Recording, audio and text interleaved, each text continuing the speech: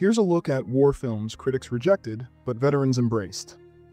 Movies that ignored Hollywood rules to show the job as it actually is. Down Periscope was written off as a dumb Navy comedy. Critics laughed it out of the room. Veterans didn't. Because with Down Periscope, something unexpected happened. It nails submarine culture. It ended up being one of the truest fits ever put on screen. It somehow pulls that off while landing one of the best fart jokes in cinema. This movie understands the boat, the constant noise, the boredom that grinds you down, the equipment that barely works. The crew looks like a mess, but they function like a unit when it matters. Nothing feels polished or heroic, and that's the point. They filmed this on the USS Pampanito, a genuine World War II relic, and you can practically smell the diesel and stale air in every frame. The humor isn't layered on top. It comes from how submariners actually talk to each other. It's sharp and functional. That's why Navy vets embraced it. It's honest, it's lived in, and it sneaks real respect for the service under the laughs. 10 years before the Blair Witch Project got the credit, 84, Charlie MoPic invented the found footage war film. Director Patrick Shane Duncan, a combat veteran, committed fully to the concept. The entire movie is shot through the lens of a specialist embedded with a recon team. There is no score. The frame shakes when they run, the lens gets splashed with mud, and cuts only happen when the operator physically changes the film magazine. It creates a terrifying intimacy where soldiers look right at you to explain the survival logic of the bush. It may not have the polish or budget of Platoon, but it captures the tension of a patrol better than the classics. It's an interesting experiment that is definitely worth a watch. While the 1980s Vietnam genre was defined by Rambo's exploding arrows or Platoon's moral crisis, Bat-21 went in the opposite direction. It stripped away the firepower and focused purely on evasion. Gene Hackman plays Lieutenant Colonel Iciel Hambleton, not as a warrior, but as a desk-bound strategist. He understands navigation, but nothing about survival. It's a true story, based on William C. Anderson's 1980 book, dramatizing the real 1972 rescue. The tension relies almost entirely on the claustrophobic connection with Danny Glover's spotter plane.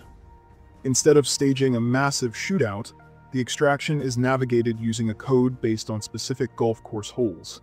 A detail that sounds like a Hollywood invention, but is historically accurate. It captures the terrifying isolation of being a high-value asset alone in the green. It's overlooked, and it shouldn't be. Bat-21 is one of the most grounded, survival-focused Vietnam films of the era. Act of Valor isn't a film you judge on line readings. You judge it on movement. Critics heard stiff dialogue and tapped out. Veterans watched the spacing, the timing, and the muzzle awareness, and recognized the rhythm immediately.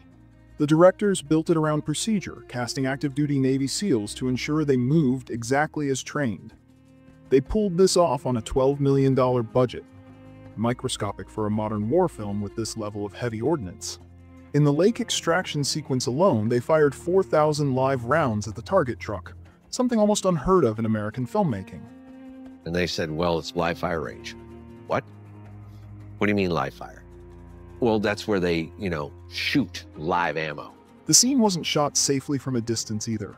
The cameraman was positioned at the edge of the lake wearing a helmet and flak vest, filming as rounds impacted the water and vehicle in real time.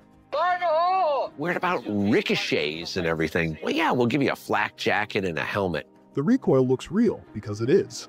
Retired Navy SEAL Commander Mark Devine validated the result. I felt like I was back in active duty.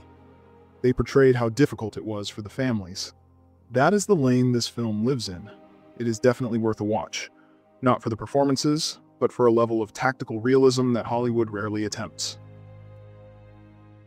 The Siege of Firebase Gloria was written off as a B-movie exploiter.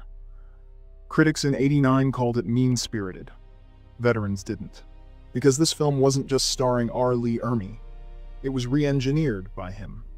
Ermey, a real Vietnam vet, reportedly ignored the script's dialogue and improvised the briefings himself, injecting the specific rhythmic profanity of a career drill sergeant. The budget barely cleared a few $1 million, and you can feel it in every frame. This is Vietnam, you understand?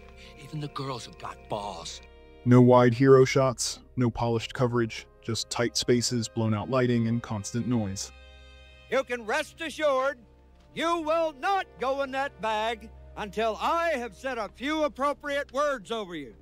Leadership isn't cinematic here. It's frantic, practical, and visibly strained. Orders are barked to keep people alive, not to inspire anyone. The camera stays trapped inside the base as it comes apart, capturing sweat, confusion, and the sense that control is slipping by the minute. Critics hated how rough it looked, but that roughness is the point. As Ermi said, if it looks pretty, it's probably not accurate. The combat is ugly, and that's exactly why veterans respected it. The Big Red One confused critics in 1980. They called it blunt, episodic, and disjointed. Veterans recognized it immediately. That disconnect exists because director Samuel Fuller wasn't adapting a screenplay. He was filming his own war. Fuller actually served in the 1st Infantry Division, hitting the beaches in Africa, Sicily, and Normandy, and he built this movie to move exactly how infantry life moves, in jagged, uneven fragments. Lee Marvin captures that exhaustion perfectly. He is quiet, tired, and brutally practical. There are no grand speeches or character arcs, just the repetitive grind of survival. The camera lingers on the strange, quiet moments, like a birth inside a tank, because those are the things that stick. It really is a masterpiece, and it was ignored because it refused to play by Hollywood rules. It's arguably the most underrated World War II film ever made. It isn't accurate like a history book. It's accurate like a recollection from someone who survived it, and it deserves way more respect than it gets. Western critics dismissed the Ninth Company as a Full Metal Jacket clone, but they missed the specific energy on display here. This is the first time post-Soviet cinema really stared down the barrel of the Afghanistan War. Director Fedor Bondarchuk bleached the film stock to drain the color, so the mountains look like a hostile alien planet. The production value is actually shocking. The special effects are brilliant and definitely on par with Western war films. But the tone is much grittier. You spend the first hour in a training camp that breaks the conscripts down, and then the movie dumps them onto a remote peak called Hill 3234. The finale erupts as a siege. They have to defend the ground against waves of mujahideen, and the sequence burns through ammo without any slow-motion glory. It swept the Russian Academy Awards but was completely ignored by the Oscars. It's a loud, sweaty reminder that combat looks the same in any uniform.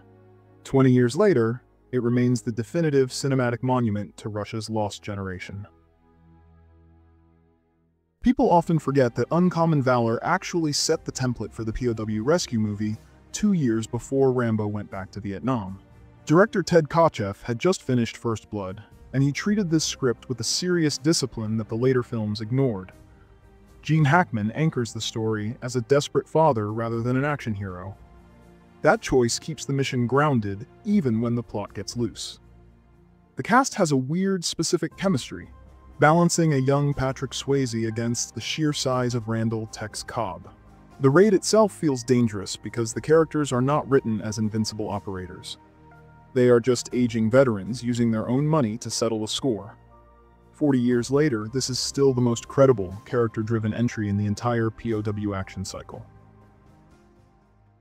The Pentagon Wars plays like a dark comedy, but the writers pulled the dialogue directly from Colonel James Burton's memoirs. HBO produced this back in 1998 to expose the development of the Bradley fighting vehicle, and they treated the process like a crime scene. Carrie Elwes plays the outsider trying to run a simple live-fire test, while Kelsey Grammer stonewalls him with 17 years of red tape. The dialogue is fast and technical. You watch them spend billions of dollars turning a troop transport into a tank that can't swim, can't hide, and burns immediately on impact. Laser-guided, state-of-the-art. And it proved what? That we have an effective weapon as long as the enemy allows us to build a 2-story crane directly above their tanks? We have had some spectacular successes. Such as? That's classified information. The director avoids big combat set pieces to focus on the boardroom battles. The sequence, where they rewrite the test criteria to save their careers, explains more about government spending than any documentary. The biggest threat isn't always waiting on the battlefield, it's the bureaucracy back home. This is an overlooked gem and the sharpest military satire since Dr. Strangelove. 20th Century Fox took a massive risk with Tora by hiring two completely separate production teams to shoot the American and Japanese sides simultaneously.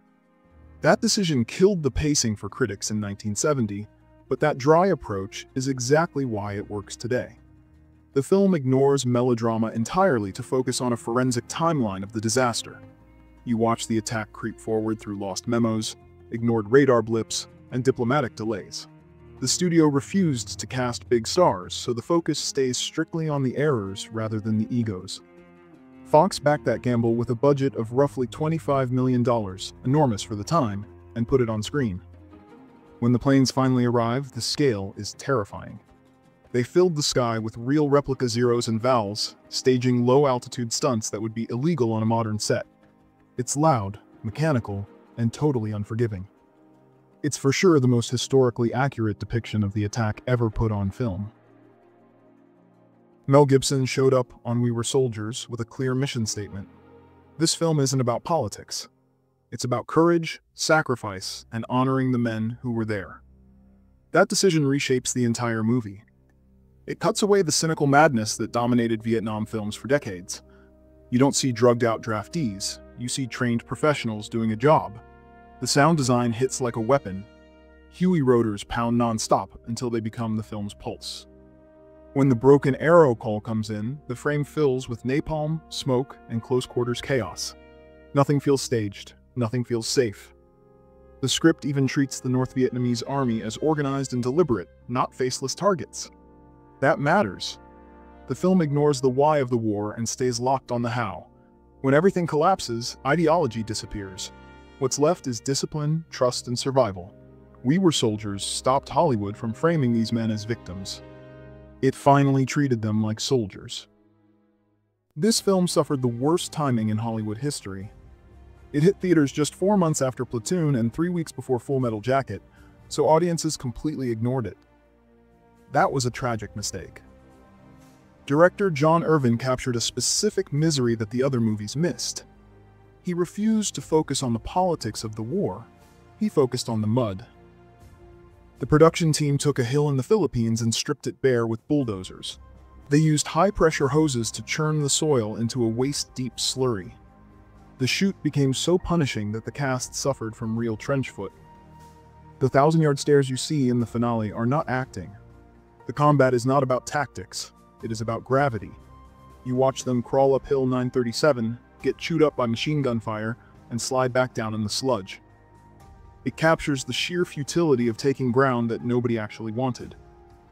It's a true masterpiece that captures the horror of combat better than anything else in the genre. That's 12 war films critics dismissed and veterans understood. Not perfect movies, just honest ones. Thanks for watching.